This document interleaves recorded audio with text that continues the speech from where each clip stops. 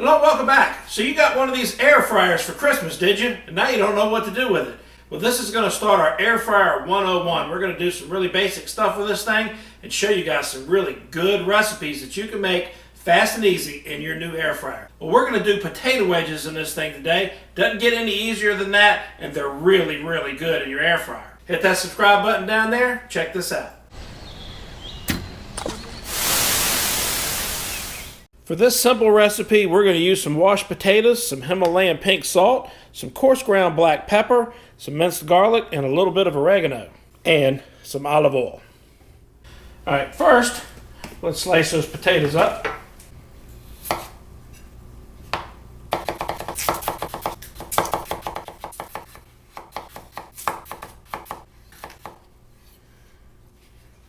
Now get them into a bowl and just rinse all that starch off of there.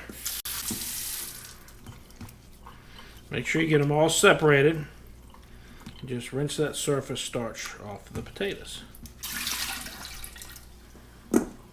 Just a couple rinses will do the trick. Now we just want to lay them out on some paper towels and pat them dry. Dry your bowl off. And stick them back in there. At least as much as a batch will hold. Now, some olive oil. I'm probably putting about, 2 tablespoons in there. Minced garlic. I'm going to say probably a good, healthy tablespoon worth in there. Maybe a little more. You can't have too much garlic. Black pepper to taste. And Himalayan pink salt. You could use any salt, but a good coarse ground pink salt really is good with fries. And we can lie to ourselves and say it's good for us. And some oregano. Doesn't take a lot, just gives a little extra zip to the fries. Now, give it all a good toss to get them coated with all that goodness. You want to make sure that all of these wedges are coated with the oil and the spices really well. Now we have the Insignia air fryer that's 3.4 quarts. Got a pretty good sized basket in it. And most of these things have a fill line in it. Ours says max right there. So it looks like it can hold right much product. You'll see a lot of people do a single layer, but we're not doing a single layer. We're going to fill this thing up at least halfway and see how it does. And I already know it's going to do great. So we're going to go ahead and unceremoniously dump these things in there.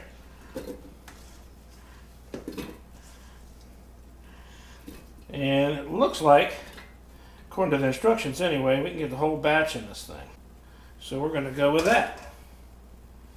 No single layer here. Now we're going to go ahead and put that in. Turn the power on. Set our time for 20 minutes. Our temperature at 400. Now I'm going to go ahead, since this thing's pretty full, and shake it at least 3 or 4 times. If some of your stuff falls through to the bottom, you might get a little bit of smoke as the stuff burns off on the heating elements below. But that's perfectly normal, won't hurt a thing. We are at the 10-minute mark, so we're going to go ahead and open this up. Have a look. Looks like they're cooking pretty good.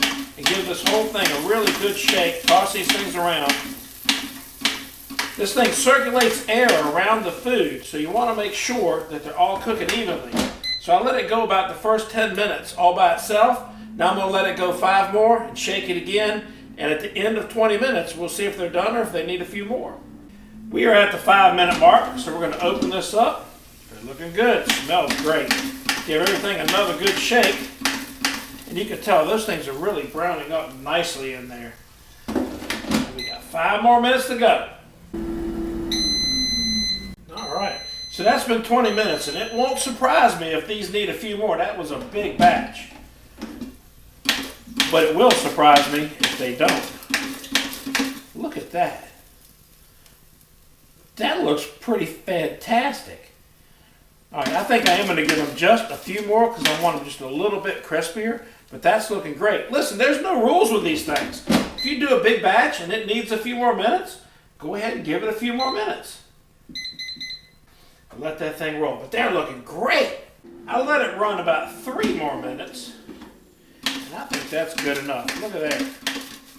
We're going to give them a minute to cool off and give one a try. All right, gave it just a minute to rest. Look at that. That looks fantastic. Not greasy and just as hot. All right, that's a keeper. So potato wedges in your air fryer is really easy. It took about 23 minutes to do it the way I wanted it. 20 minutes they were actually done, but I just wanted them a little bit crispier. The air fryer is a lot of fun and really good, and it's actually going to help us eat a little bit healthier. So we're going to have quite a bit more coming with this air fryer. A lot of fun using this machine.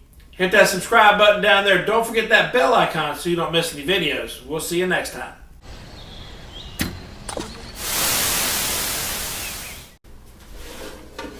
Now we're going to go ahead and put that in and set our time. Turn our power on. Where's the power button? Oh, there it is. We are at the 5-minute mark. Oops.